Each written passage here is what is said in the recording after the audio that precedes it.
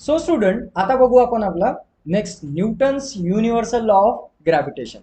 So आता Newton's universal law of gravitation काय असतो, आता याला एका आपण स्टेटमेंट थ्रू समजून घेऊ.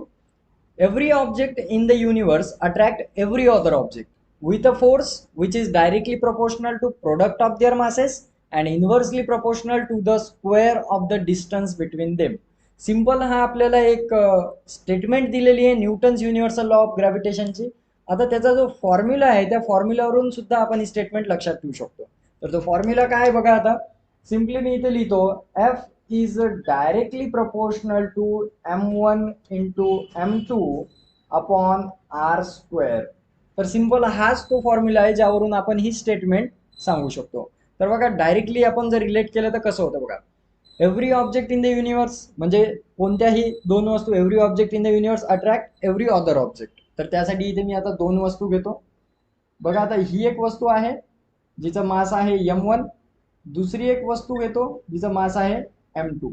ठीक आहे, दोन वस्तू घेतलेल्या आहेत आपण. आता दोन वस्तू ज्या घेतलेल्या आहेत त्यांचा मास m1 आणि m2 आहे.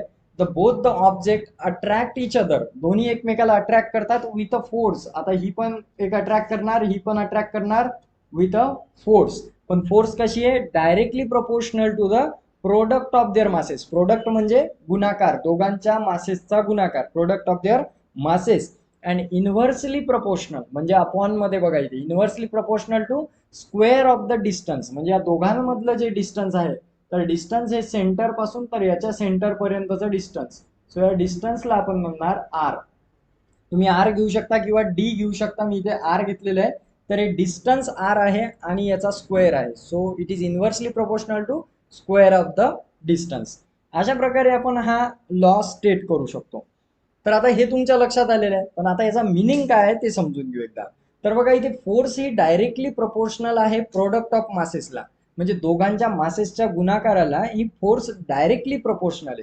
तर हे डायरेक्टली प्रपोर्शनल काय असते, डायरेक्टली प्रपोर्शनल म्हणजे ह्या दोन्ही गोष्टी एकमेकावर डिपेंडंट असतात. डिपेंडंट म्हणजे काय, तर मास जर एखाद्या वस्तूचं वाढते तर ती फोर्स सुद्धा वाढते असं आपण म्हणू शकतो. म्हणजे त्या एकमेकावर डिपेंड आहे, एक गोष्ट वाढली की दुसरी ऑटोमॅटिक वाढते.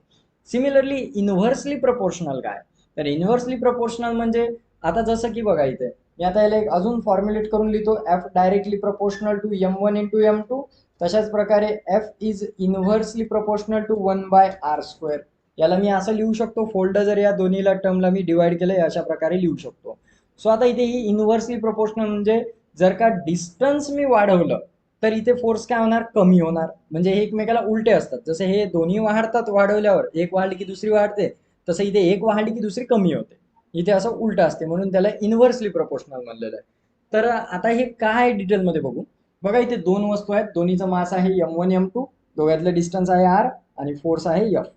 सो आता इथे सपोज करा एखाद्या वस्तूचं मास जर मी डबल नाही केलं, मास जर डबल करतो तर फोर्स सुद्धा डबल नाही होते, राईट. एक वस्तू जर जड झाली, मास वाढलं, तर इथे काय होणार, त्याची फोर्स सुद्धा वाढणार. तशाच प्रकारे इथे जर का मी डिस्टन्स वाढवलं, आता या दोघांमधलं डिस्टन्स जर डबल केलं तर फोर्स जी आहे 4 फॅक्टर्सने म्हणजे 4 टाइम्स कमी होते. आता 4 टाइम्स कमी कशी होते, तर इथे स्क्वेअर दिलेला आहे डिस्टन्सचा, म्हणून इथे जी लागणारी फोर्स सुद्धा आहे ती काय होणार, 4 टाइम्स कमी होणार. आलं लक्षात. So force will be 4 times reduce असं आपण म्हणू शकतो, डिस्टन्स जर वाढवलं, डबल नाही केलं. तर आता हे कसं होते याचं एक सिंपल एक्झाम्पल आहे. आता या दोन वस्तू आहेत, दोघांमधलं डिस्टन्स कमी आहे, डिस्टन्स कमी आहे म्हणून फोर्स जास्त लागणार. जर त्याच वस्तू मी दूर दूर ठेवल्या, डिस्टन्स वाढवलं, तर दोघांमध्ये लागणारी फोर्स काय होईल, कमी कमी होत जाईल. बरोबर आहे, जेवढं मी डिस्टन्स वाढवेल तेवढं काय होणार, त्यांच्यामध्ये लागणारी फोर्स कमी कमी होत जाईल. आलं लक्षात. जेवढं जवळ आणणार तेवढं ते अट्रॅक्ट करतील. सिम्पली तुम्ही एक मॅग्नेट जरी बघितलं तर मॅग्नेटचं पण तुम्ही उदाहरण घेऊ शकता एक समजण्यासाठी, लक्षात ठेवण्यासाठी, की मॅग्नेट दोन जर आपण जवळ नेले तर ते एकमेकाला लगेच अट्रॅक्ट करतात. पण तेच जर दूर दूर नेले तर दोघांमधली फोर्स ऑफ अट्रॅक्शन ही कमी कमी होत जाते. किंवा टाचण्या जर टाकून तुम्ही मॅग्नेट जवळ नेऊन बघितलं तर तुमच्या लक्षात येऊन जाते. अशा प्रकारे आपण याला रिलेट करू शकतो, लक्षात ठेवू शकतो. ठीक आहे. तर आता याच्यावरचं एक एक्झाम्पल घेऊ आपण, एक्झाम्पलवर बेस तुम्हाला लगेच लक्षात येऊन जाईल. पण त्याही अगोदर अजून एक गोष्ट आहे. तर बघा, जर का बॉडीज किंवा ऑब्जेक्ट जर स्पेरिकल दिलेले असतील, गोल दिलेले असतील, तर त्यांच्या मधातलं जे डिस्टन्स असते हे आपण नेहमी सेंटर पासूनच मेजर करत असतो. स्पेरिकल आहे म्हणून सेंटर पासून अंतर दोघांचं घेतलेलं आहे. तेच जर का बॉडीचा शेप बदलला, सपोज रेक्टँग्युलर आहे किंवा स्क्वेअर शेप बॉडी आहे किंवा ह्युमन बॉडी आहे, आता हिचा आकार जो आहे डिफरंट आहे, सो याचं मग डिस्टन्स कुठून घेतात, तर याचं जे डिस्टन्स मेजर करतात दोन बॉडीतलं, तर ते सेंटर ऑफ मास पासून करतात. म्हणजे पूर्ण बॉडी जिथे सिच्युएटेड आहे, सेंटर ऑफ मास म्हणतो त्याला आपण, तिथून दोन बॉडीतलं डिस्टन्स आपण मेजर करू शकतो. तर अशा प्रकारे याला आपण म्हणणार. आता हे तुम्हाला लक्षात आलेलं आहे कसं करायचं. आता आपण यावरचं एक एक्झाम्पल घेऊ आणि ग्रॅव्हिटेशनल फोर्स कशी कॅल्क्युलेट करतात ते बघू. तर एकदा या फॉर्म्युल्याला आपण डिराईव्ह करून घेऊ, प्रॉपर फॉर्म्युला बनवू. तर बघा इथे आता एफ इज डायरेक्टली प्रपोर्शनल आहे. इथे जर आपण हे डायरेक्टली प्रपोर्शनलचं साईन जर आपण काढून टाकलं, तर इथे आपण लिहू शकतो F equals to G m1 m2 upon r square. आता यामध्ये हा जो जी दिलेला आहे, तर हा जी असतो ग्रॅव्हिटेशनल कॉन्स्टंट. ग्रॅव्हिटेशनल कॉन्स्टंट, ठीक आहे. तर सिम्पली आपण असं म्हणता येईल, हा जी कॉन्स्टंट आहे म्हणून डायरेक्टली प्रपोर्शनलचं साईन निघून आपण इक्वेशनच्या फॉर्म मध्ये याला मांडून घेतलं. या जी ची एक स्पेसिफिक व्हॅल्यू असते, तर ती व्हॅल्यू काय असते ती इथे लिहून घेऊ. ही व्हॅल्यू फिक्स्ड असते, ही कधीच बदलत नाही. 6.673 इंटू 10⁻⁻11 न्यूटन मीटर स्क्वेअर पर केजी स्क्वेअर, हे याचं युनिट आहे.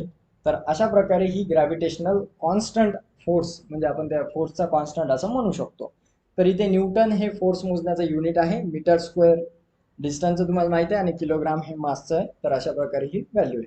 ही व्हॅल्यू आपण इथे पुट करून दोन वस्तूचं मास पुट करू शकतो, डिस्टन्स पुट करू शकतो आणि ग्रॅव्हिटेशनल फोर्स फाइंड आउट करू शकतो.